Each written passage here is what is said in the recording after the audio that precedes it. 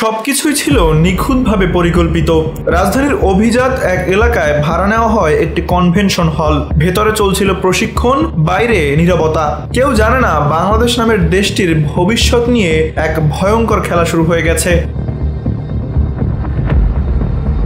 ৮ জুলাই সকাল 10টা থেকে সন্ধ্যা 6টা পর্যন্ত চলে এই প্রশিক্ষণ কর্মসূচি।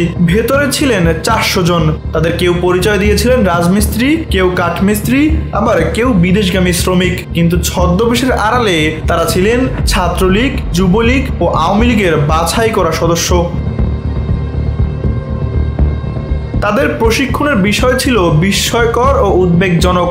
জনসমাবেশ কোথায় হবে, কখন হামলা চালানো হবে, পালানোর রুট কি হবে, কে কোথায় আত্মগোপন করবে, কিভাবে শেখ হাসিনাকে দেশে ফিরিয়ে আনা হবে। তদন্ত বলছে এই গোপন অপারেশনের নির্দেশদাতা দুজন গুরুত্বপূর্ণ মুখ, আওয়ামী লীগের বাহাউদ্দিন নাসিম এবং শেখ হাসিনার সাবেক একান্ত সচিব সাইফুজ্জামান শেখর। তারা বর্তমানে পলাতক অবস্থান করছেন বিদেশে। মাঠ পর্যায়ে নেতৃত্ব দেন যুবলীগ নেতা সোহেল রানা এবং গোপালগঞ্জের আওয়ামী লীগ নেত্রী শামীমা নাসরিন শম্পা। শম্পা নিজেই বুকিং করেন হলটি ভুয়া জনশক্তি রপ্তানি প্রতিষ্ঠানের ব্যানারে। কিন্তু কর্মসংস্থান নয়, ভেতরে চলছিল রাষ্ট্রবিরোধী প্রশিক্ষণ। এনএসআই ও এসবি আগে থেকে বিষয়টি নজরে রেখেছিল। তাদের দেওয়া তথ্যের ভিত্তিতে অভিযান চালায় ডিবি পুলিশ। গ্রেপ্তার করা হয় শম্পা ও সোহেল রানাকে। পরদিন ভাটারা থানায় তাদের বিরুদ্ধে দায়ের হয় সন্ত্রাস বিরোধী আইনে মামলা।